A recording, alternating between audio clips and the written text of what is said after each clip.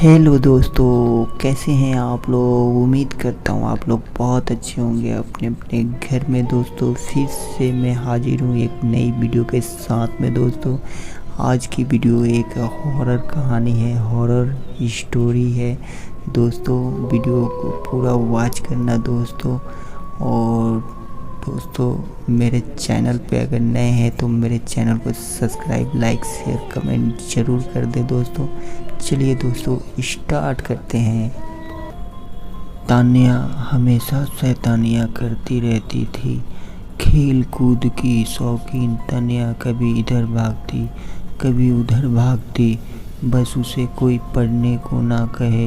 अगर किसी ने पढ़ने को कह दिया तो मानो उसकी जान ही मांग ली हो।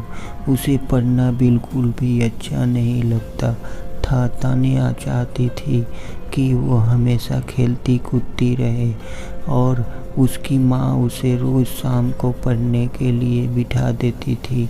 एक दिन तान्या अपना सबसे पसंदीदा खेल खेल रही थी। तब क्या हुआ दोस्तों, आगे जानते हैं। जैसे ही उसकी माँ ने उसे पढ़ने को कहा वो बहुत ज़्यादा गुस्सा हो गई। उसने सोचा कि अगर वो घर की सारी किताबें जला दे तो उसकी प्रॉब्लम हमेशा के लिए ख़त्म हो जाएगी। अगले दिन जब उसकी माँ घर पर नहीं थी तब तान्या ने सारी किताबों में आग लगा दी। उस आग में एक लाल किताब भी थी। जैसे ही वो किताब जली बिजली ज़ोर ज़ोर से गड़गड़ाने लगी, तेज़ हवाएं चलने लगी और अचानक से एक लपट बाहर निकली जो धीरे धीरे एक औरत का रूप लेने लगी। तान्या उसे देखकर बहुत ज़्यादा डर गई।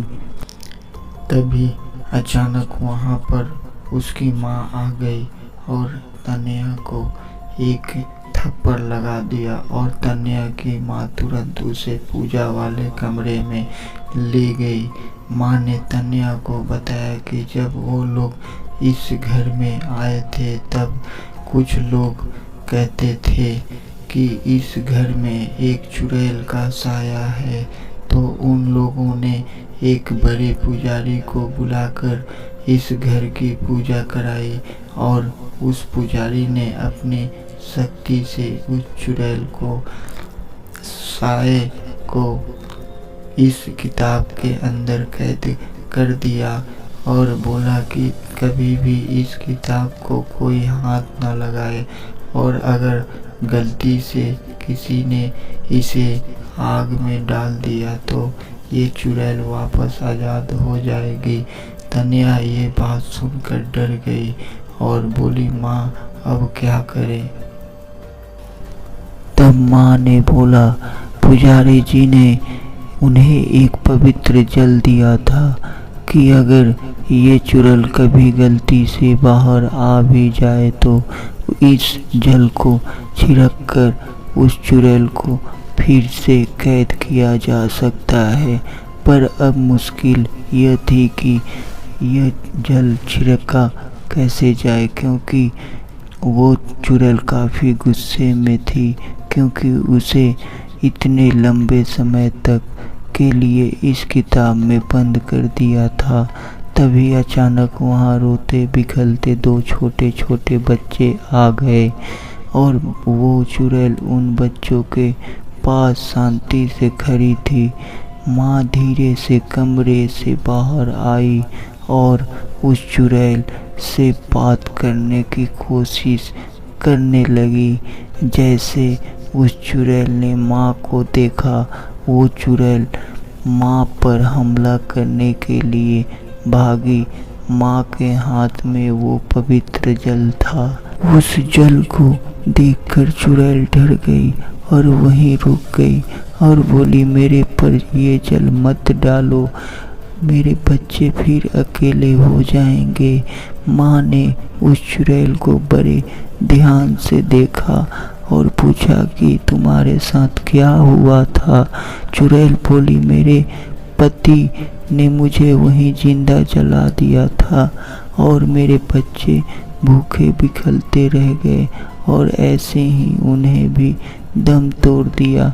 बस अंतर इतना रहा कि मैं तो चुड़ैल बन गई और मेरे बच्चे भूत बन गए। तब से हम यहीं रहते थे, पर 10 साल पहले तुम आए और तुमने मुझे इस किताब में कैद कर दिया। आज मैं वापस आज़ाद हुई। मैं अपने बच्चों को वापस अकेले नहीं छोड़ना चाहती हूँ। माँ सोचने लगी कि अगर ये चुड़ैल ऐसे ही रही और लोगों को नुकसान पहुंचाएगी। तभी चुड़ैल बोली कि तुम हम पर जल मत डालो, हमें मुक्ति दिला दो। माँ ने पूछा कि मैं तुम्हें मुक्ति कैसे दिला सकती हूँ। चुड़ैल बोली कि तुम इस घर के पीछे वाले नीम के पेड़ के नीचे एक हवन कराओ और मेरे बच्चों की आत्मा की मुक्ति के लिए प्रार्थना करो। माँ ने पूछा कि उस पेड़ के नीचे क्यों?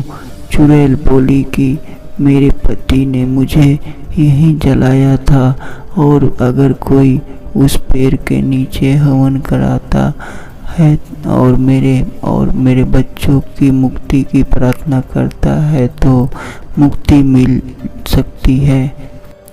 अगले दिन धन्या की माँ ने वहाँ पर एक छोटा सा हवन कराया, जिसमें उन लोगों ने उस चुड़ैल और उसके बच्चों की मुक्ति के लिए प्रार्थना करी। इससे उस चुड़ैल और उसके बच्चों को मुक्ति मिल गई और वो हमेशा के लिए वहाँ से चले गए।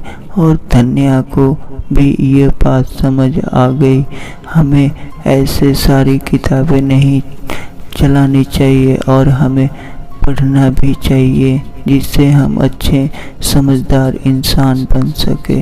दोस्तों, वीडियो कैसी लगी? वीडियो अगर अच्छी लगी हो तो कमेंट बॉक्स में हमें ज़रूर बताएं। धन्यवाद।